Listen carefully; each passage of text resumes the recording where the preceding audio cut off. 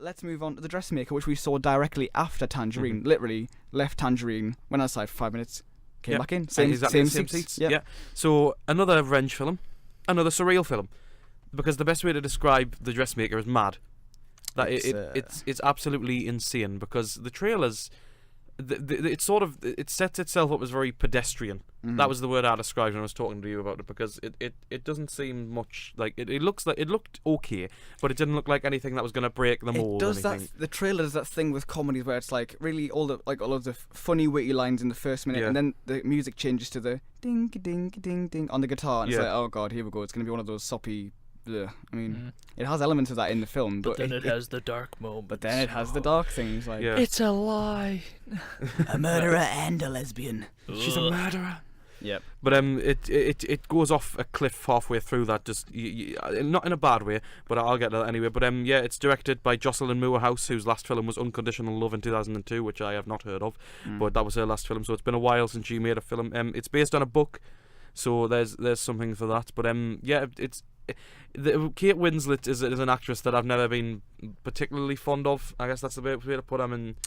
Now that I think about it, I don't really think I've seen her in that much. Yeah, I don't think I've seen her in that much, to be honest. But it's sort of a spaghetti western comedy drama. I think that's the best way to put it, because the soundtrack is really. It's got. It's classified as a black comedy, but it's got elements of everything.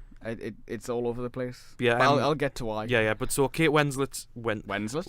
Kate Winslet plays the titular dressmaker, who is called Tilly Dunnage, and she's returning to do this small backwater, horrible Australian town, which is totally run down, to take care of a mentally unstable mother who's been locked in the house, sort of bedridden for years and years.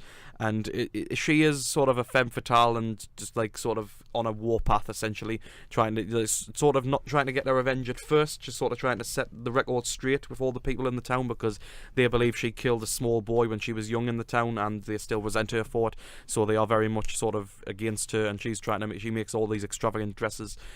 She gets one of the shy girls a really nice dress and sort of sets up with one of the prize boys in the town, and that gets her a lot of prop points. But then things sort of go sour slightly, and Liam Hemsworth is the love interest in this, as a boy that they met. So he plays for the rugby team, and they sort of have a thing, Kate Winslet and him.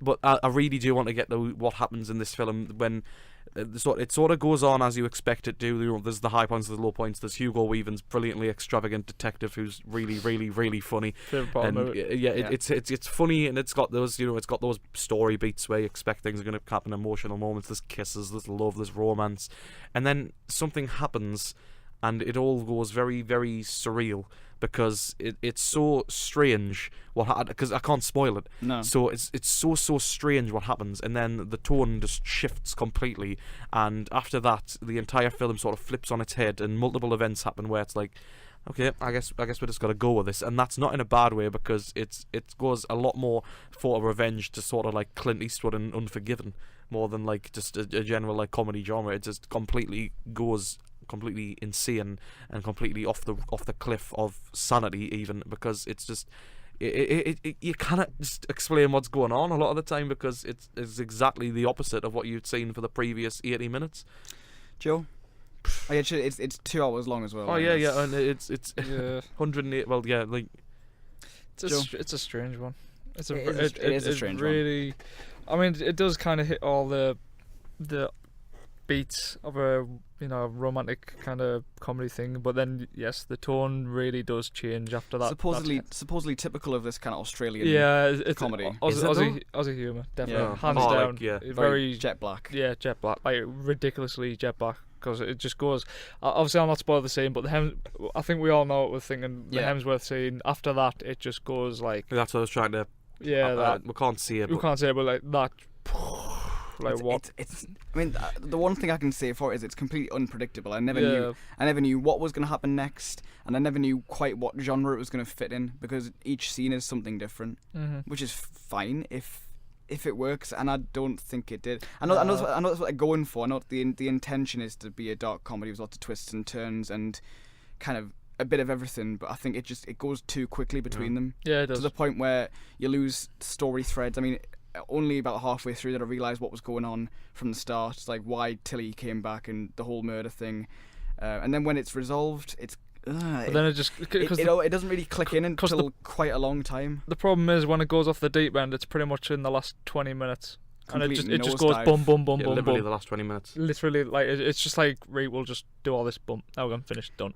It is definitely a mashup of archetype and genre, but I think it works because of that. And it rushes to its conclusion, but then I think it's kind of satisfying, like the very, very, very ending. But I think the lead up to that was a bit. Yeah, didn't like the last line. It was a bit meh. Yeah, the last line was really bad. Yeah. It was a good ending, but it was just a poor line to finish on. I'm sorry. So is that a recommend or not? If there's nothing else that takes your fancy, I think that's purely. I'm kind of the same. If there's literally nothing else. If you like Hugo Weaving, why not? It's worth it for Hugo Weaving. It's worth it for Hugo Weaving and really rushed jet black Aussie comedy. And Judy Davis is an insane. And Kerry Fox is in it. Yeah. What? But out of nowhere, like. Anyway. Yeah. I don't know. I really don't. It's a weird. It is a peculiar one, and I haven't really thought about it that much, but I don't know. So I don't. I think it's for an older audience. Yeah. The screening we went in was packed full of older people, and they seem to quite like it. So there are some really good moments in it, but say? it's just it wasn't special. You know, that's the best way to put it. And yet again, a lot of the lines are in the trailer anyway. So not forgettable or bad. It's just.